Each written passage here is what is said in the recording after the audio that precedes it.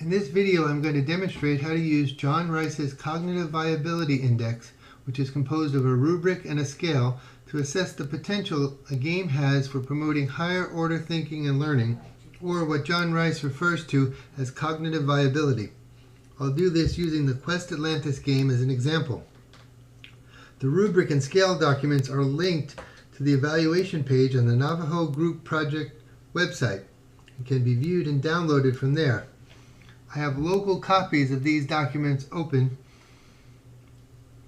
When using this rubric, teachers should answer the yes/no indicators in the rubric with a 1 for yes and a 0 for no.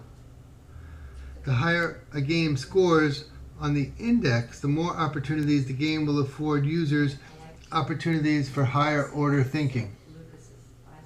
A game scoring 15 or higher is very likely to encourage higher order thinking in its users. Some of you will recognize these smartboard tools. I'm going to get a pen and we'll fill in the rubric for Quest Atlantis. Starting with the first characteristic, requires users to assume a role in the game rather than simply play. This is true, so it scores 1 point.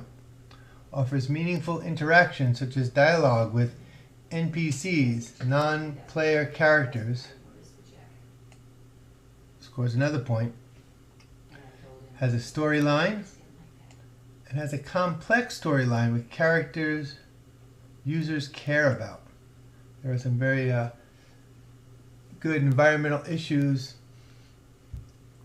and the quest is part of a larger effort to restore the world, Quest Atlantis.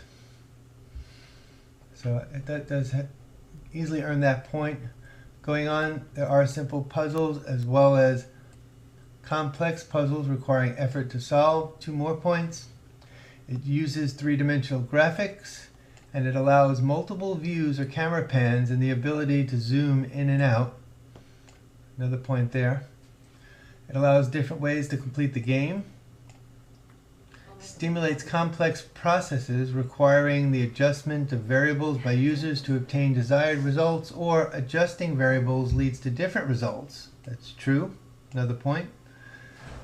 Allows interaction through the use of avatars. Point there.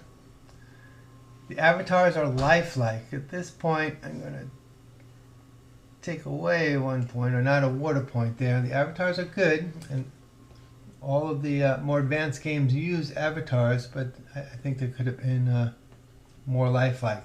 In particular, there's no vocal or dialogue, no audio. Requires interaction with virtual elements in the game. Yes, we'll earn a point there. Requires knowledge of the game elements beyond mouse prompts and number entry.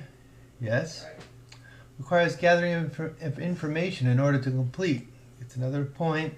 And the synthesis of knowledge in order to complete or successfully engage elements in the game earns an additional point. The environment replicates the real world. Yes. Very good at that. The NPCs display AI, or artificial intelligence, characteristics. Yes. They are well scripted. In this next category, the NPCs display effective use of AI, resulting in dynamic experiences for the user. While they are well scripted, they don't necessarily adapt to what the user is doing and change the direction that they would go in. They just follow the script pretty much straight.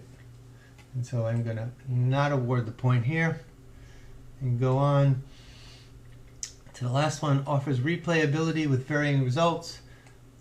Yes, we get the point there. So out of the 20 characteristics listed, we've scored 1 for 18 of them and a 0 for 2, giving us a total score of 18. Now on this scale over here, remember it said anything scoring higher than 15 was likely to result in higher order thinking, the opportunities for higher order thinking. We did better than that, scoring 18. We are in this upper range. The game holds several positive characteristics, lending itself to higher order thinking. I would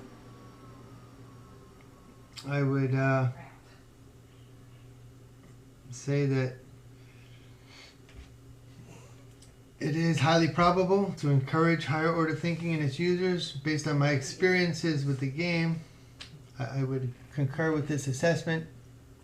Quest Atlantis is an excellent product for educational gaming and learning.